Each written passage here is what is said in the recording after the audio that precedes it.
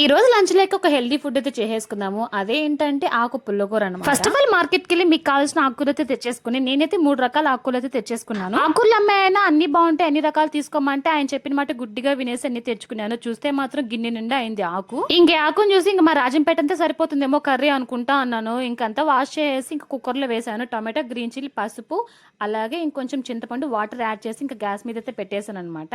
ఇంకా పొయ్యి మీద పెట్టాక 3 విజిల్స్ వచ్చాక ఆఫ్ చేశాను. ఆఫ్ చేసి ఇంకా అంతా వెనుపుకున్నాను. చూడండి, అంత ఆకు ఇంత కొంచెం అయిపోయింది అనమాట. ఇంకా వెనుపుకున్న తర్వాత ఇంకా పోపు పెట్టుకున్నాను. పోపులో కొంచెం ఆనియన్స్ కూడా వేసేసి ఇంక అంతా వేగిన తర్వాత ఇంకా ఆకు పుల్లగూర వచ్చేసి దాంట్లో వేసేయాలి. వేసిన తర్వాత ఒక 5 మినిట్స్ ఉడికించాలి. ఇంకా ఆకు పుల్లగూరలే కాంబినేషన్ గా క్యారెట్ ఫ్రై కూడా చేశాను. ఈ రోజు అంతా హెల్దీ ఫుడ్ ప్రిపేర్ చేశాను అనమాట. ఇంకా వేడి వేడిగా ఉంది, అసలు టేస్ట్ చేద్దామంటే కాలిపోతుంది, అన్ని వేడిగా ఉన్నాయి. ఇంకా టేస్ట్ మాత్రం చెప్పనక్కర్లేదు, చాలా అంటే చాలా బాగుంది. ఆకుకూరలు తినండి గైస్, అప్పుడప్పుడు హెల్త్ కి చాలా మంచిది.